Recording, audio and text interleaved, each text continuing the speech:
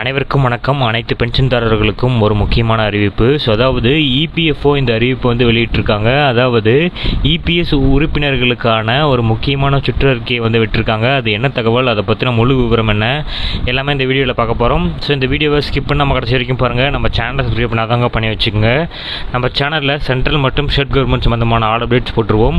அது மட்டும் இல்லாமல் பென்ஷன் சம்மந்தப்பட்ட முக்கியமான அறிவிப்புகளும் இருக்கும். ஸோ மறக்காமல் நம்ம சேனலை சப்ஸ்கிரைப் பண்ணிருங்க.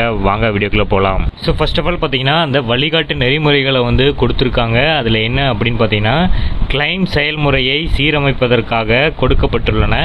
பல முறை, அதாவது ஒரு உறுப்பினர் பல கணக்குகளை வைத்திருப்பதால் பங்களித்த தொகை மாறுபடும்.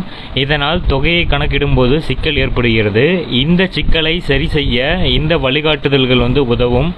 இந்த சுற்றறிக்கை என்ன சொல்லியிருக்காங்கன்னா, 2 அல்லது அதற்கு மேற்பட்ட நிறுவனங்களில் ஒரே நேரத்தில் பணிபுரிந்து ஒரே நேரத்தில் வேலைக்காக பல பிஎஃப் கணக்கு எண்களை வைத்திருந்தால் உண்மையாக வெளியேறும் தேதியின் அடிப்படையில் ஒவ்வொரு நிறுவனங்களிலிருந்தும் ஓய்வூதியம் கணக்கிடப்படும். மேலும் அனைத்து நிறுவனங்களிடமிருந்து செலுத்தப்பட வேண்டிய தொகை ஒருங்கிணைக்கப்படும். எந்த நேரத்திலும் ஒட்டுமொத்த ஓய்வூதியம் பெறக்கூடிய சம்பளம், அதாவது ஓய்வூதிய உச்சவரம்பை தாண்டக்கூடாது.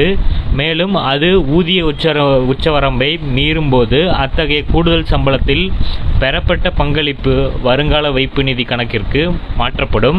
மற்றும் மொத்த ஓய்வூதிய தொகையில் மட்டுமே குறைஞ்சபட்ச ஓய்வூதிய விதிகள் பொருந்தும் என்றும் சுற்றறிக்கையில் கூறப்பட்டிருக்கு. மேலும் சமூக பாதுகாப்பு அமைப்பின் பிராந்திய அலுவலர்கள் தங்களது அதிகார வரம்பிற்குட்பட்ட பல நிறுவனங்களில் பணிபுரியும் நபர்களின் மொத்த பங்களிப்புகள் மாத ஊதிய உச்சவரம்பான 15,000 ரூபாயாக செலுத்த வேண்டிய பங்களிப்பை விட அதிகமாக இல்லை என்பதை உறுதி செய்யுமாறு சுற்றறிக்கையில் அறிவுறுத்தப்பட்டிருக்கு.